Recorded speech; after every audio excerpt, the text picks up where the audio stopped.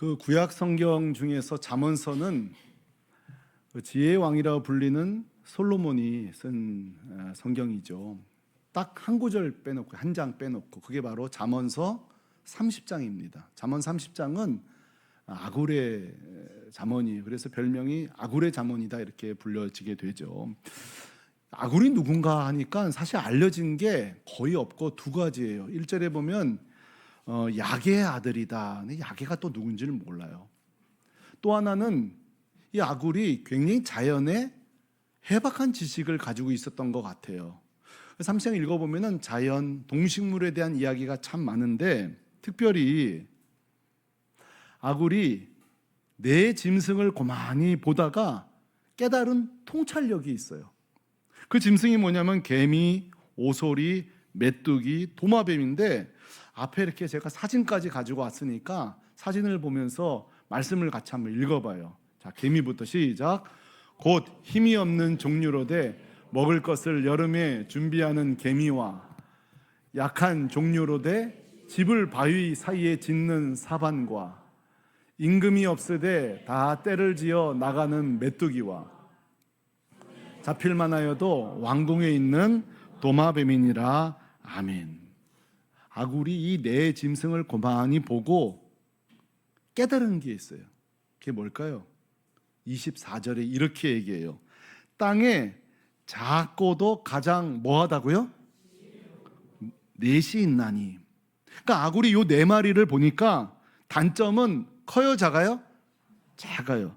장점은 뭘 갖고 있어요? 지혜가 있어요. 그러니까 이 네 마리 짐승이 아이고 나는 작네 그리고 위축되는 게 아니라 뭘 사용해? 자기의 지혜, 장점을 사용하더라는 거예요. 이해되세요? 그러니까 삶의 방식이 아이고 나는 작네 난 아무것도 못해가 아니라 장점에 주목하지 않고 자신의 장점 그걸 이용해서 각각 짐승들이 살아가더라는 거예요. 제가 깨달은 게 있어요. 아굴의 이 잠언을 읽으면서 뭐냐면 우리 삶의 방식이요 단점 그거 주목할 필요 없어요. 얼마든지 단점이 많아도 장점으로 사시면 되는 거예요. 아무도 아멘을 안 해요. 우리 인생이 단점에 달려있지 않더라고요. 그러니까 성도 여러분, 작다고 낙심할 필요 있어요, 없어요? 없는 거예요. 반대로 크다고 교만할 필요 있을까, 없을까? 없는 거예요. 오히려 성경에는요 커서 문제가 된 일이 많아요. 강해서. 크고 강하면 결국 여기 뭐가 싹터요? 교만. 성경에요 작아서 문제 일으킨 사람 아무도 없어요. 힘없어서 연약해서 문제 일으킨 사람 아무도. 전부 다 군사력이 강하든지 지혜가 뭐 많든지 그런 사람들이 문제를 일으키는 거예요. 오늘날 우리에게 꼭 필요한 말씀 아닌가요? 저는 묻고 싶어요. 여러분, 우리 모두 다 장점과 단점 둘 다 가지고 있어요. 동의하세요? 장점도 있고 단점도 있어요. 근데 많은 경우 여러분 한번 생각해 보세요. 저를 비롯해 모두가 장점을 주목하고 살아요? 단점을 주목하고 살아요? 단점을 주목하고 사는 거예요. 그래서 어떻게 돼요? 하나씩 내가 부족하다, 작다, 아이고 나는 작다, 나는 힘없다. 성도들이 그렇게 살아요. 청년들이 그렇게 살아요. 목회자도 그렇게 살아요. 아유 나는 교회가 작다, 힘도 작다. 목사도 그래요. 그러나 아굴이 발견한 게 뭐예요? 세상의 짐승들도 단점으로 살지 않고 장점으로 살더라는 거예요. 자, 앞뒤 좌우로 장점으로 삽시다. 그래서 성경에 보면은 달란트를 많이 가진 게 중요한 게 아니에요. 그렇죠? 하나라도 있으면 그걸 가지고 살면 되는 거예요. 하나님 앞에서 크기는 그렇게 중요치 않아요. 가진 거 하나라도 사용되면 좋은 거예요. 저는 오늘 설교를 준비하면서 제가 기대하는 바가 있어요. 이게 주일날 와서 이런 설교 들으면 아멘 아멘 하지만 집에 들어가면 직장 나가면 학교 가면 끊임없이 남과 나를 비교해요. 키를 비교해요. 재력을 비교해요. 모든 걸 비교해요. 이 물질 세계 속에서 비교 안 할 수 없는데 그 속에서 비교한 후에 아이고 자기의 존귀함을 상실하고 살아요. 오늘 이 설교 들은 건 생각도 안 나. 나는 무능하구나, 작구나. 그때마다 여러분 아굴처럼 자연 만물을 통해서도 이런 깨달음이 통찰력이 있어요. 아굴의 통찰력이 뭐예요? 따라합시다. 내가 결코 작지 않구나. 나는 존귀한 자로구나. 자, 오늘 이 설교 끝날 때에 여러분 안에 이 어둠의 영이 다 떠나고 내가 존귀한 자로구나, 결코 작지 않구나 선포하며 한 주를 시작하게 되기를 주님의 이름으로 축원합니다. 자, 앞뒤 좌우로 결코 당신은 작지 않습니다.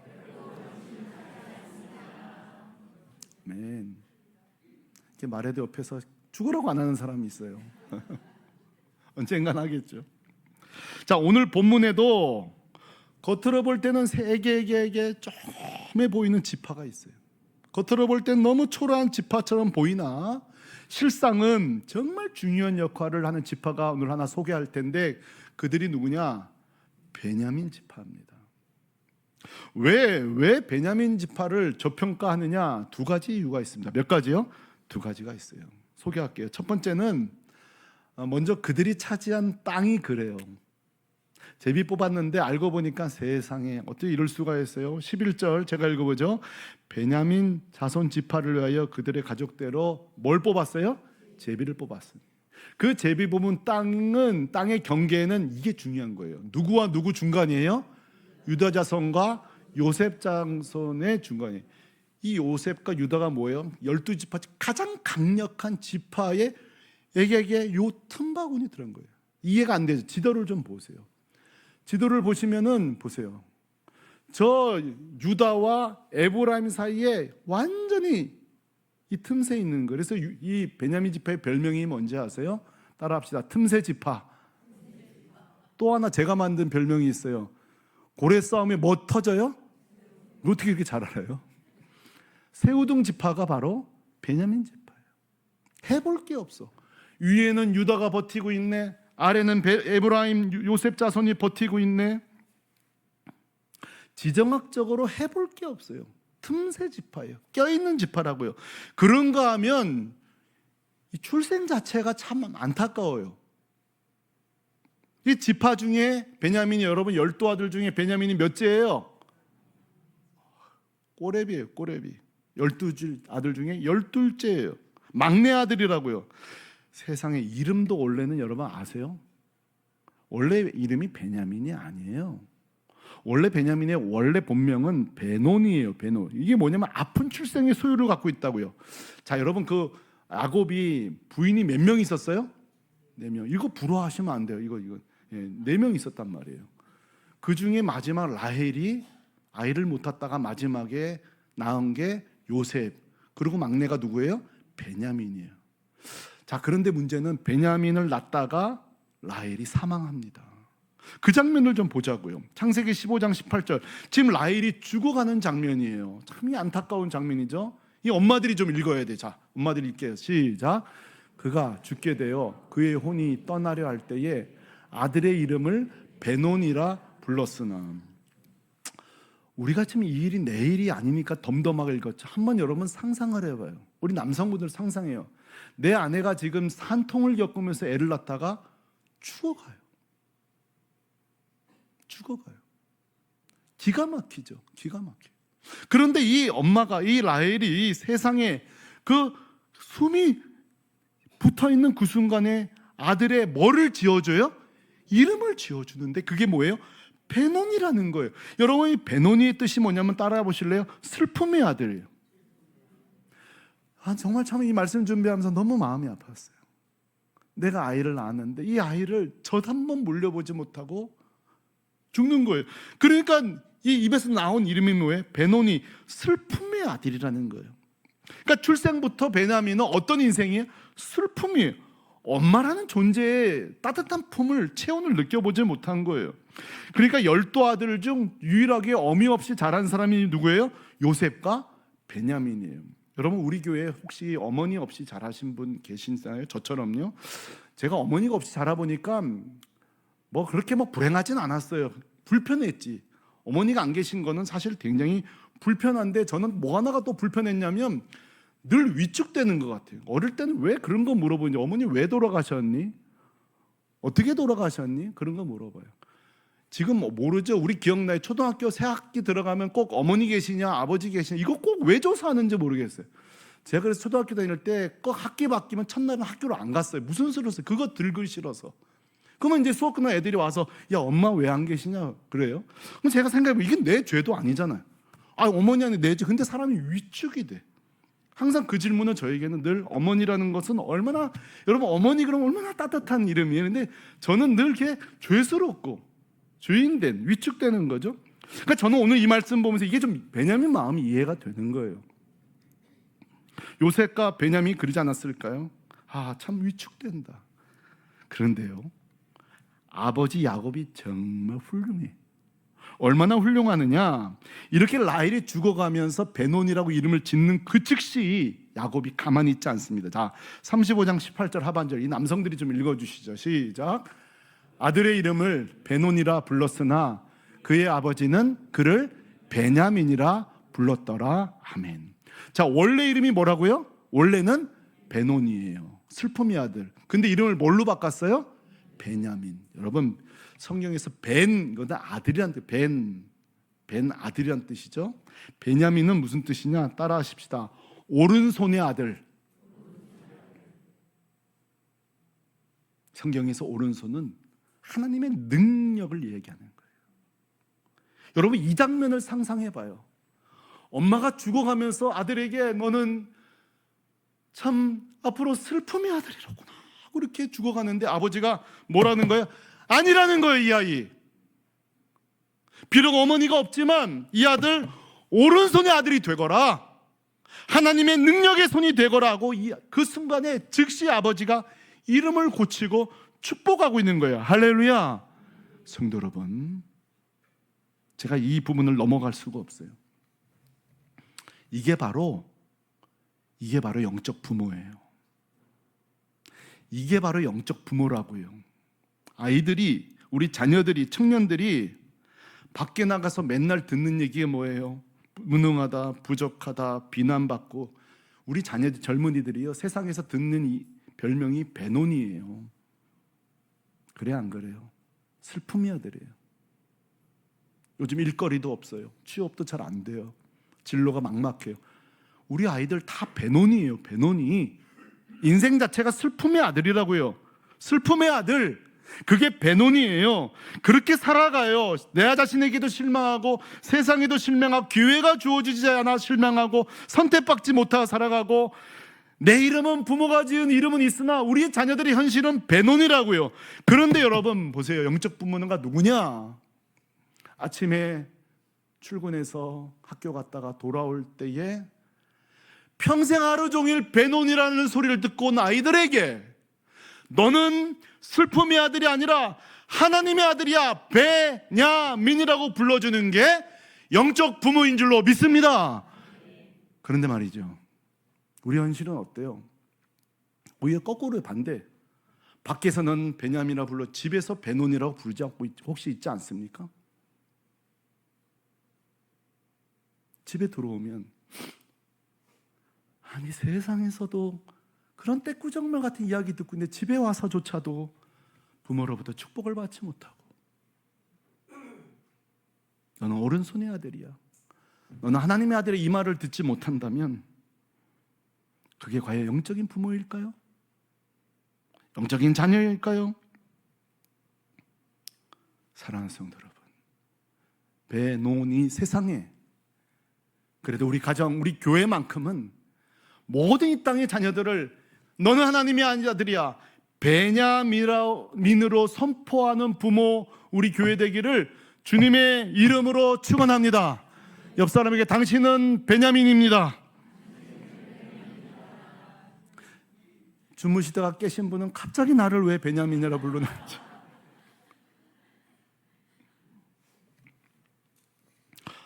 너는 오른편의 아들이야. 야곱이 이 순간에, 이건 재치가 아니라 이게 깨어있는 부모인 거예요. 이 슬픔의 아들이라는 이 단어가, 이 아이가 의식은 못하겠으나 인식하지 못하다 악이나 그 사실, 그 어둠의 언어를 차단하고 있는 거예요. 중단하고 있는 거예요. 자, 정리해 보면 베냐민 지파는 출생의 역사가 위축되는 지파요. 지정학적 위치는 강대 지파 사이에 어떤 지파라고 해서 제가 틈새 지파, 새우동 지파예요. 자, 그러나 성도 여러분, 그렇다고 해서 베냐민의 역사 땅 위치만 보고 무시했다간 작은 코라도 다칩니다. 왜냐하면 제가 지금부터 이 베냐민 지파에 대한 반전의 사실을 소개할 거거든요. 비록 지금은 틈새 지파요, 지금은 무시당하는 지파지만 성도 여러분, 이 베냐민 지파가 장차 어떤 존재의 땅이 되는지를 소개할 거예요. 이게 놀라운 거예요. 첫째, 여러분 이 베냐민 땅이요, 어떤 땅이 되는지 압니까? 작지만 여기에 이스라엘의 중요하고 위대한 도시가 여기에 다 형성됩니다. 자, 28절을 제가 읽어보죠. 그리고 스엘라와 엘렙과 여부스 곧 예루살렘과 기브앗과 기럇이라, 이것이 베냐민 자손 지파가 가족대로 받은 기업이라 그랬어요. 자, 저 지파들 지금 볼 때는 저기가 뭐라고, 저 샌드위치 된 저 땅에서 뭘 할 수 있을까 싶지만 여러분 보세요. 여기에 이스라엘의 행정, 종교, 부흥이 전부 다 여기서 시작됩니다. 성전이 세워진 예루살렘이 여기 있습니다. 첫 왕인 정치의 도시 기브아가 여기에 있습니다. 기억나시죠? 사무엘을 통해 영적 대각성의 장소가 미스바가 여기에 있습니다. 가장 놀랍게 쓰임받은 선지자 둘이 있다면 이사야와 예레미야인데 예레미야의 예언이 시작된 곳이 이곳 아나돗입니다. 이게 베냐민 지파예요. 누가 알았겠어요? 저 틈바구니에 있는 저 집 땅에, 저 황무지 같은 저 땅에 앞으로 이스라엘 역사를 이뤄갈, 행정을 일어날, 정치를 이끌어갈 위대한 도시가 저 틈바구니 속에 있었다는 사실이에요. 좁은 땅이 문제라고요? 작은 게 문제라고요? 천만에요. 베냐민의 영향력은 결코 작지 않았습니다. 두 번째, 비록 땅은 작았지만 여기에서 여러분 위대한 인물이 전부 배출됩니다. 사무엘상 9장을 보면 사울 왕이 베냐민 지파입니다. 아시죠? 제가 지금 없는 얘기하는 거 아니죠? 빌립보 3장 5절에 사도 바울이 자기를 소개하기를 자기를 어느 지파라 그래요? 베냐민 지파입니다. 요즘 우리 수요 예배 설교 때에 우리 한 전도사님이 에스더 설교하고 있어요. 거기에 결정적인 역할을 하는 게 모르드게인데 모르드게가 바로 베냐민 지파입니다. 이제 여호수아 시대가 끝나고 여호수아가 죽고 온 땅이 타락할 그때에 사사 시대에 하나님이 첫 번째로 세운 첫 번째 사사가 에훗인데 그는 왼손잡이라고 했습니다. 성경학자들은 이야기합니다. 왜 왼손잡이일까? 오른손에 장애가 있었을 것이라고 거의 다 동의합니다. 그렇다면 지금보다 훨씬 장애인에 대해서 대우가 좋지 못한 그때에도 하나님이 장애가 있었다고 못 썼다고 천만에 첫 번째 사사를 누굴 쓰신 거예요? 왼손잡이 사사 에훗을 쓰신 하나님을 찬송합니다. 베냐민이 연약한 지파라고 해요. 천만에 역사에, 하나님의 구속의 역사에, 이 하나님의 구속의 역사의 수레바퀴를 끌어가는 한 획을 그은 인물들이 다 어디서 나왔어요? 베냐민 지파에서 나왔어요. 이걸 잊으시면 안 돼요. 작아도 하나님에게는 문제가 되지 않아요. 땅덩어리가 작아도 하나님에게는 장애가 되지 않아요. 강대국 속에 살았어도 하나님에게 문제가 되지 않아요. 작아도 이렇게 놀랍게 쓰임받는 베냐민의 하나님, 우리 하나님인 줄로 믿습니다. 자, 그러나 아직 제가 작아도 놀랍게 쓰임받는 베냐민 지파와 관련해서 정작 말씀드리지 않은 정말 중요한 하나를 제가 남겨두고 있습니다. 우리가 아까 성경 읽을 때에 베냐민 지파가 이 땅에 살고 싶었던 것이 아닙니다. 뭐를 뽑았다 그랬어요? 제비를 뽑았습니다. 누구도 모르는 일이에요. 그러나 기억하십시오. 제비는 사람이 뽑아도 그 모든 것을 통치하시고 통제하시고 다스리는 분은 하나님이십니다. 그게 우리의 말씀의 근거예요. 자, 분명히 제비뽑기의 결과로 베냐민이 그 틈새 지파를 차지한 건 맞으나 이걸 잊으시면 안 됩니다. 이것은 바로 중보기도의 성취라는 것입니다. 제가 이번에 이걸 발견했어요. 어떻게 그동안 이 말씀을 보면서 이 사실을 몰랐을까? 자, 베냐민 지파가 이 땅을 차지한 건요, 중보기도의 결과요, 열매인데, 성경을 뒤져보시면 베냐민을 위한 중보기도가 2번 나와요. 첫 번째가 창세기 49장에 아버지 야곱이 베냐민을 위해 기도하는데, 먼저 보시면 좀 모호해요. 나중에 제가 창세기 설교할 때에 이 부분을 살펴보겠지만 한번 읽어보세요. 좀 난해하거든요. 시작. 베냐민은 물어뜯은 일이라 아침에는 빼앗은 것을 먹고 저녁에는 움킨 것을 나누리로다. 아멘. 제가 신방 가서 저 말씀을 설교한다면 다들 도대체 이게 뭔 말일까? 우리가 무슨 뜯어먹는 인생이 되는 걸까? 아버지 야곱의 기도는 그것도 자의적으로 한 건 아니나 해석하기 어려워. 그러나 해석이 되면 전 놀라운 저 말씀에 해석이 있어요. 나중에 창세기 때 살펴보기로 하고, 오늘 중요한 것은 보세요. 가나안 땅에 들어오기 전, 지금으로부터 창세기 여호수아 19장 한 7, 8년 전에 모세가 가나안 땅 들어오기 전에 똑같이 야곱이 죽으면서 기도하듯 모세도 죽기 전에 지파들을 놓고 기도하는데, 이때에 모두 다 기도하진 않습니다. 이게 참 또 좀 문제예요. 12지파를 다 기도하진 않은데 빠지지 않았던 사람이 베냐민 지파예요. 그러면 뭐라고 기도해 줬는지 한번 볼 텐데, 좀 놀랄 준비를 하고 읽으셔야 돼요. 공감을 좀 하면서, 좀 안 놀라가 좀 놀란 표정으로 좀. 자, 신명기 30장 12절, 모세 죽기 전에 베냐민을 위한 기도인데, 제가 농담이고 실제 제대로 이해하면 놀랍니다. 자, 시작. 베냐민에 대하여는 일러스되 여호와의 사랑을 입은 자는 그 곁에 안전히 살리로다. 여호와께서 그를 날이 마치도록 보호하시고 그를 자기 어깨 사이에 있게 하시로다. 아멘. 자, 성도 여러분, 띄워놓으세요. 지금 베냐민은 실제는 누구와 누구 사이에 있어요? 유다와 에브라임 사이에 있어요. 여기 묘한 공통점이 있어요. 너가 어깨 사이에 있게 할 것이다 이랬어요. 어깨 사이에. 벌써 예언되어 있는 거예요. 뭔가 거대한 힘들 가운데 껴있는 거예요. 근데 성도 여러분, 저 말씀을 제가 원어로 좀 직역해 볼 텐데, 저 번역이 좀 어려운 게 논란이 좀 많지만 가장 적합한 번역을 제가 해보겠습니다. 오늘을 직역해 볼 거예요. 자, 한번 화면 띄워줘. 같이 읽어봐요. 시작. 베냐민에 대하여 그가 말하였다. 여호와의 사랑받는 자여, 그의 곁에서 그가 안전하게 거하리로다. 그가 온종일 그를 감싸주시며 그의 어깨 사이에 그가 거하시리로다. 아멘. 성도 여러분, 자, 방송실 띄워놓으세요. 제비 뽑기 전이에요. 베냐민은 강대국들에게 감싸여 있는 지파를 뽑습니다. 그 강력한 어깨들 사이에 껴있는 세대예요. 그런데 여러분, 모세가 뭐라고 기도하는지 아세요? 천만에 만만해.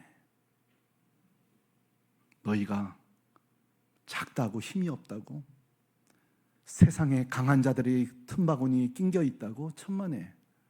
너는 내가 감싸고 있는 지파다. 너는 그 어깨 사이에 내가 너를 보호하고 있는 지파다. 이게요, 모세의 예언적 기도에 여기에 들어있는 거예요. 성도 여러분, 성도는 이걸 볼 줄 알아야 돼요.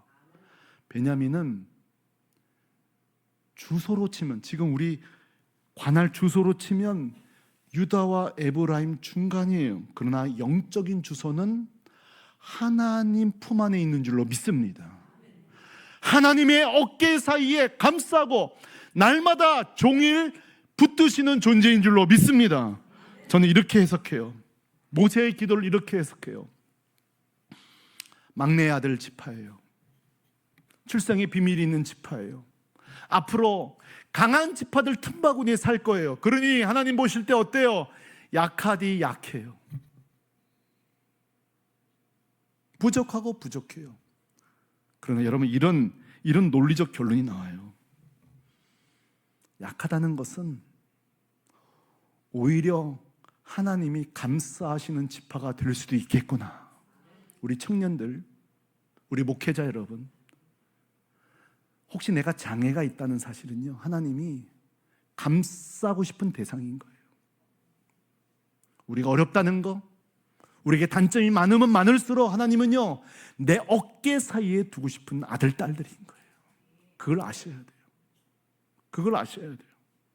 제가 이 말씀을 묵상하다 그림 하나를 제가 만들었어요. 이 자금이라는 거 화면 한번 띄워줘 보세요. 이 자금 전체 화면으로 보고 싶었는데, 여러분, 저 용기가 자금이라는 용기예요. 내 그릇이 작지만 이 자금이라는 용기 안에,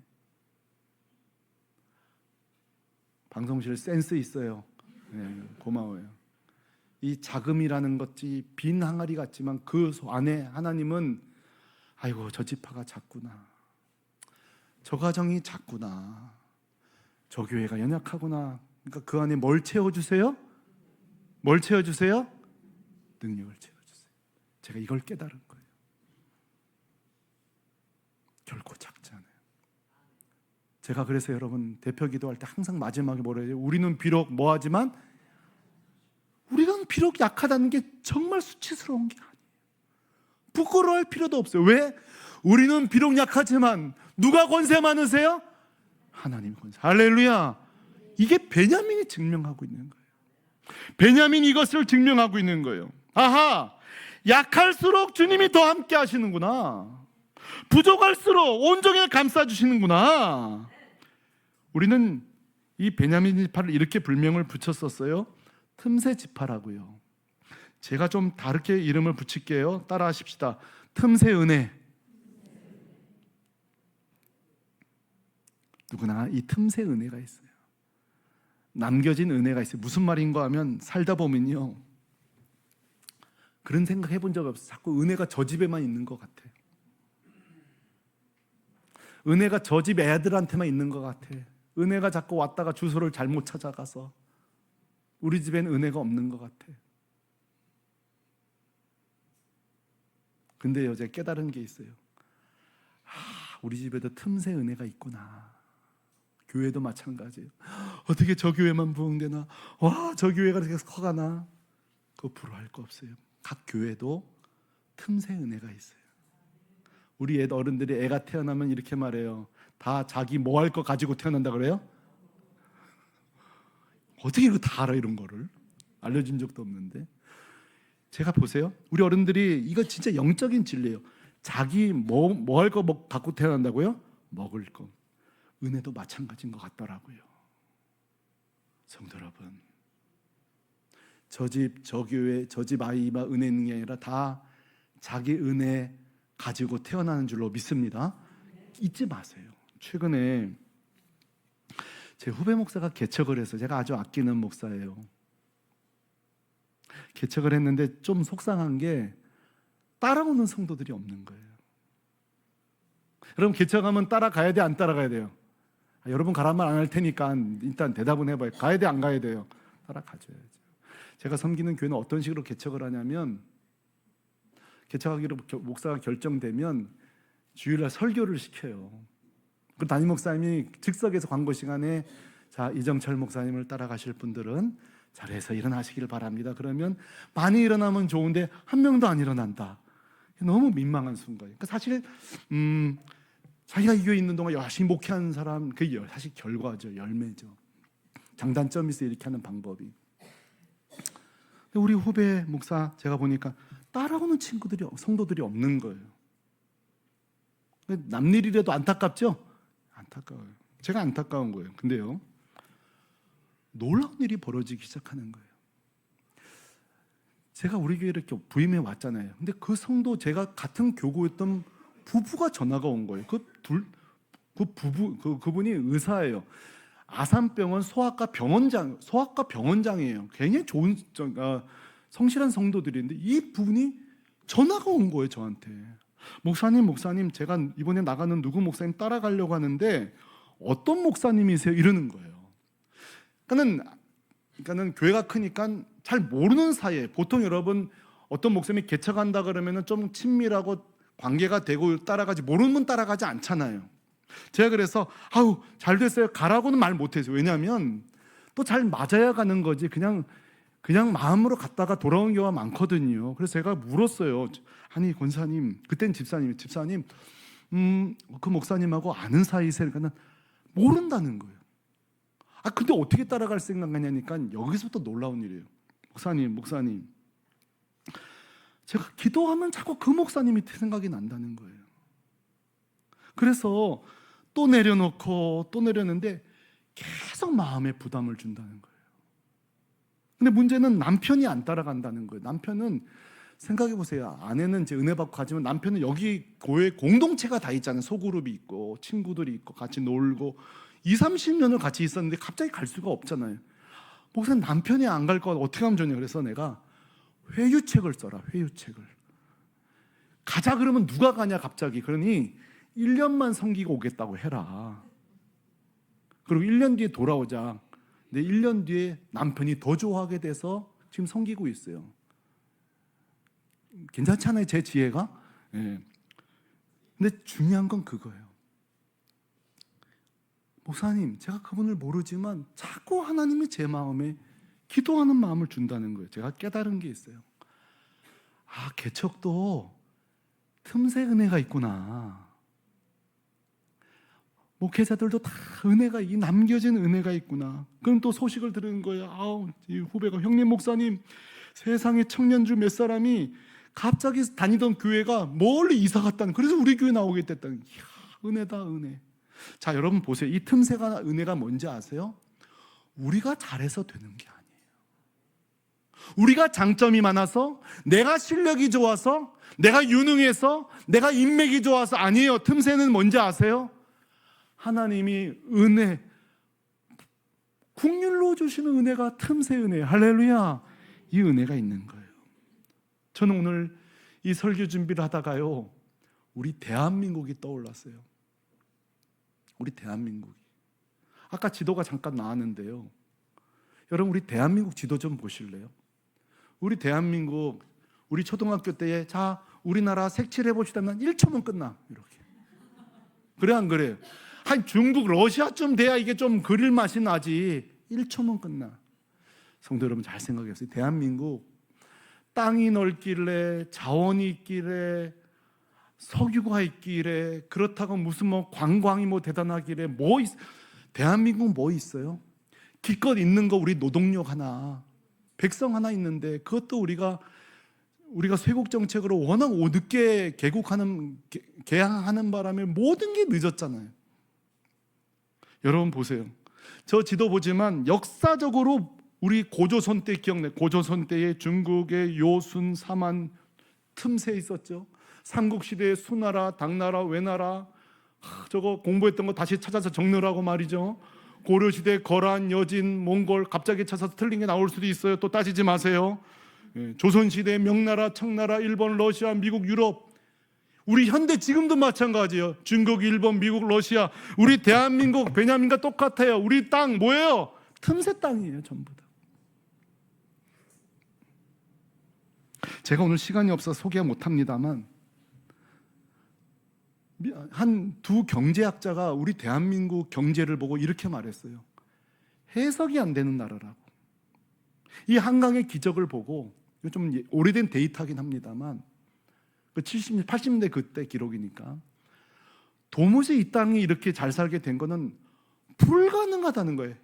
해석이 안 된다는 거예요. 하나 기록된 게 뭐냐면, 그래도 기독교가 대한민국 들어와서 건강한 노동관, 성실함을 가르치는 바람에, 그렇잖아요. 우리 옛날에 여기 계시는 우리 집사님, 권사님들, 우리 장로님들 막 그 중동 나가서 일하고 그렇죠. 얼마나 뼈 빠지게 일했어요. 여기 계시잖아요.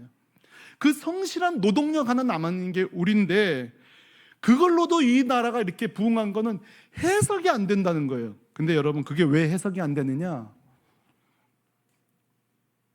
그게 은혜이기 때문이에요. 그게 은혜로밖에 해석이 안 되는 거예요. 제가 오늘 설교를 그저 껴맞춰서 은혜로 이게 아니에요. 일반 학자들이 하는 말이 대한민국은 해석이 안 되는 나라는 거예요. 그게 왜 해석이 안 됩니까? 은혜를 빼면 해석이 안 되는 거예요. 대한민국 하나님의 은혜로 여기까지 온 줄로 믿습니다. 베냐민 지파 하나님의 은혜로 여기까지 온 줄로 믿습니다. 이것이 사실이라면 우리도 마찬가지예요. 우리 가정, 우리 교회, 우리 자녀들, 나 자신 작다고 부족하다고 단점만 주목하다가 찌질한 인생 되지 마세요. 개미, 사반, 오소리, 모든 짐승들이 단점으로 일한 것이 아니라 몰래 장점으로 일했듯 결코 여러분 하나님 앞에 작지 않습니다. 여러분이 주신 달란트 하나라도 아름답게 쓰세요. 그게 우리 예수님 아니에요? 여러분, 예수님만큼 인생을 작게 시작한 사람이 어디 있어요? 가장 작은 말구유, 말밥통에서 인생을 시작했어요. 여러분, 우리 여기 아무리 어려워도 그 말밥통에서 자기 태어난 사람 여기 누가 있어요? 그래도 따신 이불 위에 태어났지. 예수님 작은 말밥통에서 태어났어요. 얼마나 작아요.